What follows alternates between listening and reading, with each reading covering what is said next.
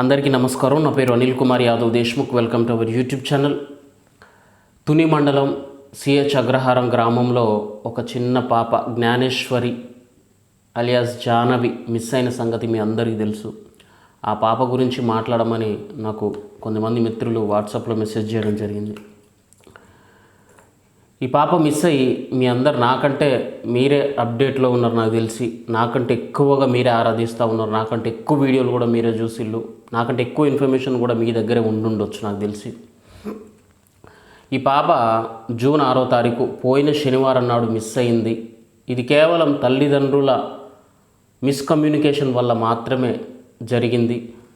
ఆ తర్వాత పాప ఆచూకీ ఇంతవరకు డిప్యూటీ సీఎం గారు ఇన్వాల్వ్ అయ్యి 250 నుంచి 400 మంది పోలీసు బలగాన్ని అక్కడికి దింపి వాళ్ళందరినీ గ్రూపులుగా డివైడ్ చేసి డిజాస్టర్ ఫోర్స్ను కూడా ఆయన అక్కడికి పంపి అక్కడున్న బోర్వెల్స్ని, ఆ పామాయిల్ తోట మొత్తాన్ని, చుట్టుపక్కల ఉన్న ఫారెస్టు, ఆ యానిమల్స్, తర్వాత ఇంకా అనుమానాస్పదంగా లేకపోతే పాపకు హాని చేసే వాతావరణం ఎక్కడ ఉందా అని చెప్పి దాని గురించి కూడా ఆయన అన్ని విధాలు ఆరాధీశారు. పాప గురించి మాత్రం ఇంతవరకు నో క్లూ, నో ఇన్ఫర్మేషన్. అయితే ఈ పాప పైన ప్రస్తుతానికి 2 రకాల వాదనలు వినిపిస్తూ ఉన్నాయి మనకు. ఒకటి, ఆ పాప తల్లిదండ్రులే పాపని దాచిపెట్టుండొచ్చు, లేదా అమ్మేసి ఉండొచ్చు, ఇంకేమైనా చేసి ఉండొచ్చు. ఇదొకటి. రెండోది, బయట వాళ్ళు ఎవరైనా వచ్చి పాపని ఎత్తుకెళ్ళిపోయి ఉండొచ్చు. ఎత్తుకెళ్తే ఇక్కడ 2 అంశాలని మళ్ళీ ప్రస్తావిస్తూ ఉన్నారు. ఒకటి, ఆ అమ్మాయిని చంపేయచ్చు, లేదా ఆ తల్లిదండ్రుల ఆనందాన్ని చంపడం కోసం పాపని అట్లా హోల్డ్ చేసి పెట్టుండొచ్చు అని కూడా అంటున్నారు.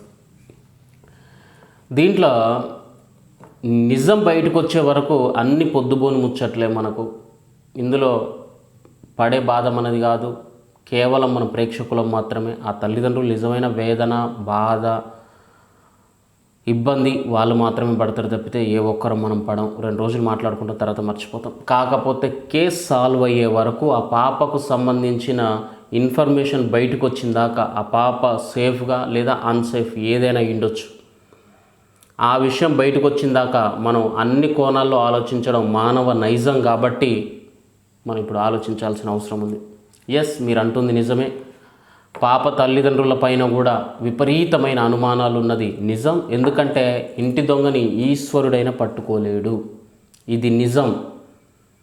దీనికి లైవ్ ఎగ్జాంపుల్ రీసెంట్గా నేను ఇన్స్టాగ్రామ్లో ఒక స్టోరీ చదివిన. అదేంటంటే మన శ్రీకాకుళంకి సంబంధించిన ఒక అమ్మాయి పెళ్లి చేసుకుంది, ఒక బాబు. అయితే ఆ అమ్మాయి భర్త అమ్మాయిని చదివించడానికి పెళ్ళైన తర్వాత కూడా నువ్వు చదవగలవు, నీకు టాలెంట్ ఉంది అని చెప్పి ఆ అమ్మాయిని పాపం హైదరాబాద్ పంపించడం జరిగింది. ఎస్ఆర్ నగర్లో ఆ అమ్మాయి ఒక రూమ్లో హాస్టల్లో ఉంటూ కోచింగ్ తీసుకొని సాఫ్ట్వేర్ జాబ్ కొట్టడం జరిగింది. కొట్టిన తర్వాత ఆ అమ్మాయి తిరిగి వాళ్ళ తల్లిదండ్రుల దగ్గరికి, వాళ్ళ భర్త దగ్గరికి వచ్చింది. వచ్చిన తర్వాత 2 రోజులకి ఆ అమ్మాయికి హార్ట్ స్ట్రోక్ వచ్చి చనిపోవడం జరిగింది. ఆ చనిపోయిన అమ్మాయికి 2 ఏళ్ల బాబు ఉన్నాడు. ఇది ఒక వెర్షన్. ఈ విషయంలోకి పోలీసులకు డౌట్ వచ్చి ఇంకా కొంచెం డెప్త్గా పోలీసులు ఎంక్వైరీ చేసేళ్ళు. ఎందుకంటే చనిపోయింది లేడీ కాబట్టి, హార్ట్ స్ట్రోక్ కాబట్టి ఇక పెద్ద ఎత్తున ఎందుకు దాన సంస్కారం చేయాలని చెప్పి వాళ్ళు తక్కువ మందితోటే పొద్దున్నే ఆ కార్యక్రమాన్ని పూర్తి చేసిళ్ళు. దానిపైన కొంచెం అనుమానం వచ్చి ఆరాధిస్తే కొన్ని విషయాలు తెలిసినాయి. అదేంటంటే ఈమెకు పెళ్ళైన మాట నిజం, బాబు పుట్టిన మాట నిజం. ఆమె చదువు కోసం వాళ్ళ భర్త అంటే ఎవరు, మేనమామే, అంటే వాళ్ళ అమ్మ వాళ్ళ సొంతం తమ్ముడే అన్నమాట. అతనికి ఇచ్చి పెళ్లి చేసిరు. మేనమామ, తల్లి, ఇటు తాత, తండ్రి వీళ్ళంతా అర్థం చేసుకొని సరే అని హైదరాబాద్ పంపించిళ్ళు. అక్కడ ఆమె కోచింగ్ తీసుకుంది, జాబ్ కొట్టింది నిజం. ఆ కొట్టే క్రమంలో ఇంకొక మనిషితో అక్కడ ఆమెకు పరిచయం ఏర్పడ్డది. ఆ పరిచయం కాస్త ప్రేమగా మారిపోయింది. ఆ ప్రేమ కాస్త సహజీవనం వరకు వెళ్ళిపోయింది.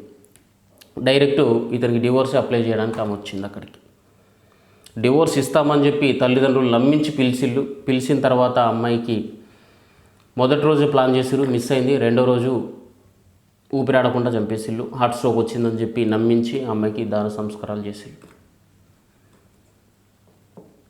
నేనేమంటానంటే అది పోలీసులకు అనుమానం రావడం వల్ల, డెప్త్గా వెళ్ళడం వల్ల, ఆ అమ్మాయి గతంలో 2-3 కంప్లైంట్స్ అక్కడ పోలీస్ స్టేషన్లో ఇవ్వడం ద్వారా, తర్వాత ఆ అమ్మాయి ఊరికి వచ్చే క్రమంలో నాకేదో అనుమానంగా ఉంది, మా వాళ్ళు డివోర్స్ అడిగినప్పుడు ఇంతకాలం నాకు ఇవ్వలేదు, నన్నే బెదిరించిళ్ళు, వద్దని చెప్పిళ్ళు, నీకు పెళ్ళయింది, నీకు కొడుకున్నాడు, నీకు భర్త ఉన్నాడు, ఎందుకు ఇట్లా మన కుటుంబ పరువు తీస్తాను అని చెప్పి మా తల్లిదండ్రులు నన్ను తిట్టిళ్ళు, మా ఆయన నన్ను తిట్టిండు, ఇప్పుడు డివోర్సు నువ్వు కోరుకున్నట్టుగా మేము ఇస్తాం, నువ్వు ఒకసారి ఇంటికి రా అని చెప్పి పిలుస్తూ ఉన్నా, నాకు భయం వేస్తుంది, నాకు ప్రాణహాని ఉన్నదని చెప్పి ఎవరితో అయితే పరిచయం ఏర్పడ్డదో ఆ వ్యక్తికి ఆమె వాయిస్ మెసేజ్ పంపి ఇక్కడికి వచ్చింది. ఆ వాయిస్ మెసేజ్ని పోలీసులు పట్టుకోవడం ద్వారా దొరికిందన్నమాట. అంటే అఫీషియల్ కన్ఫర్మ్ అయింది. అప్పటిదాకా అనుమానంతోటే ఎంక్వైరీ జరిగింది. ఎప్పుడైతే మా ఫోన్ తీసుకొని ఎంక్వైరీ జరిగిందో తెలిసిపోయింది. ఇక్కడ కూడా జాహ్నవి పాప విషయంలో కూడా 2 సంవత్సరాల పాప, నన్ను వాళ్ళు ఎత్తుకెళ్ళారు, వీళ్ళు తీసుకెళ్లారు, ఇది జరిగింది అది జరిగిందని చెప్పి ఆ పసిపాప ఏమీ చెప్పలేదు. మాటలు కూడా సరిగా వచ్చి ఉండకపోవచ్చు ఆ అమ్మాయికి. అలాంటి పాపని తల్లిదండ్రులు చాలా జాగ్రత్తగా కాపాడుకోవాలి, చాలా చాలా జాగ్రత్తగా. ఎందుకంటే వాళ్ళు ఉండేది ఫామ్ ఆయిల్ తోట, అంటే నాకు తెలిసి ఫారెస్ట్, ఇంకా చుట్టుపక్కల ఎవరు జనాలు ఉండరు. వాళ్ళకి ఆ తోట మొత్తానికి వాళ్ళే కాపలా. అది 40 ఎకరాల గార్డెన్ అని కూడా చెప్తా ఉన్నారు. మరి అలాంటి చోట ఉన్నప్పుడు ఎంత జాగ్రత్తగా ఉండాలి పిల్లల విషయంలో. ఒకవేళ ఆ పాప నిజంగా వాళ్ళ నిర్లక్ష్యం వల్ల వదిలేసిన ఆ పాప అక్కడి నుంచి తప్పించుకొని అయితే వెళ్ళలేదు. కాసేపు ఇంకా బయటి రెండో అనుమానం, ఎవరైనా కిడ్నాప్ చేసి ఉండొచ్చు అనేది. ఎస్, ఆ అమ్మాయి 40 ఎకరాల తోటను దాటుకొని బయటికి వెళ్ళగలుగుతుందా? చుట్టూ ఫెన్సింగ్ తీగలు ఉన్నాయి. తల్లిని వదిలేసి ఆ అమ్మాయి అంత దూరం అయితే వెళ్ళదు. ఎందుకంటే ఇంతకాలం కూడా వాళ్ళు అంతే నిర్లక్ష్యంతో ఉండొచ్చు. వాళ్ళని చూస్తూ ఉంటే పెద్దగా చదువుకున్నట్టు కూడా అనిపిస్తలేదు, పెద్ద లోకజ్ఞానం తెలిసినట్టు కూడా అనిపిస్తలేదు. ఎప్పటి నుంచో ఆ తోటలో కాపలా ఉంటారు కాబట్టి బయట ప్రపంచం కూడా వాళ్ళకి ఎక్కువ తెలిసి ఉండకపోవచ్చు.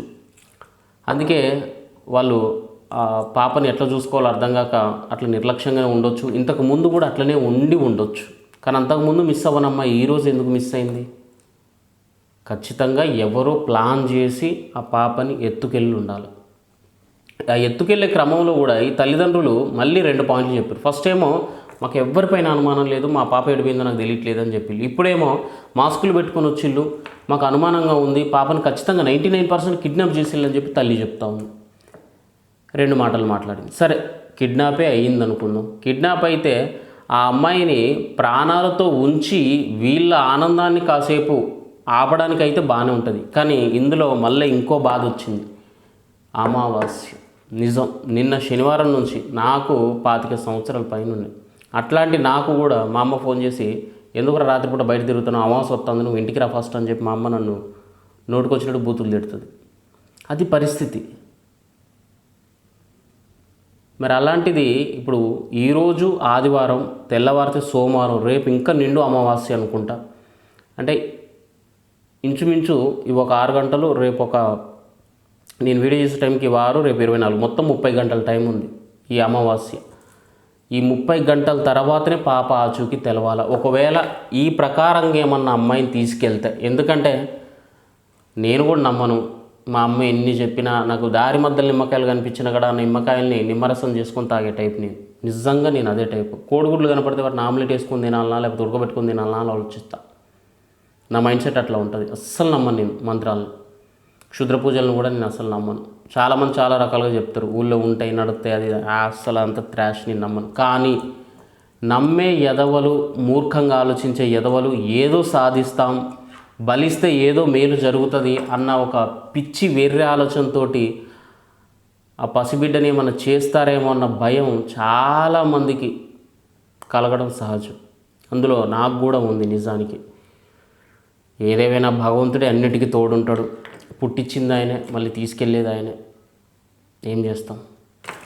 ఏదేమైనా ఇంకో 30 గంటల తర్వాత పాప ఆచూకీ తెలిసే అవకాశం ఉంది. అండ్ అట్లనే రీసెంట్గా ఇప్పుడు గంట క్రితం ఒక వీడియో వచ్చింది, రాజమండ్రి బస్సులో చూసామని. నాకైతే నమ్మబుద్ధి కావట్లేదు, ఫేక్ న్యూస్ లాగా అనిపిస్తోంది. ఏమో చెప్పలేం, బహుశా అదే నిజమైన సంతోషమే. కానీ అది నిజమైతే ఆ ఒక్కరిద్దరు ఎందుకు చూస్తారు? బోల్డ్ అంతమంది ఉన్నారు చూడడానికి. ఎవరో ఒక్కరు ఎందుకు పెడతారు? ఆ అమ్మాయి ఫోటో, ఇప్పుడు వీడియోలు, ఆ అమ్మాయి గురించి searching, direct deputy CM Pawan Kalyan garu కూడా ఈ ఆపరేషన్లోకి ఇన్వాల్వ్ అయ్యి ఆయన స్పెషల్ కేర్ తీసుకుంటా ఉన్నారు. కాబట్టి డెఫినెట్గా ఆయన అభిమానులైనా చూసి ఆ పాపను తీసుకెళ్ళి ఆ సిహెచ్ అగ్రహారంలో వదిలేస్తారు, లేకపోతే డైరెక్ట్ తీసుకెళ్ళి ఆ పామాయిల్లో కూడా ఇచ్చేస్తారు.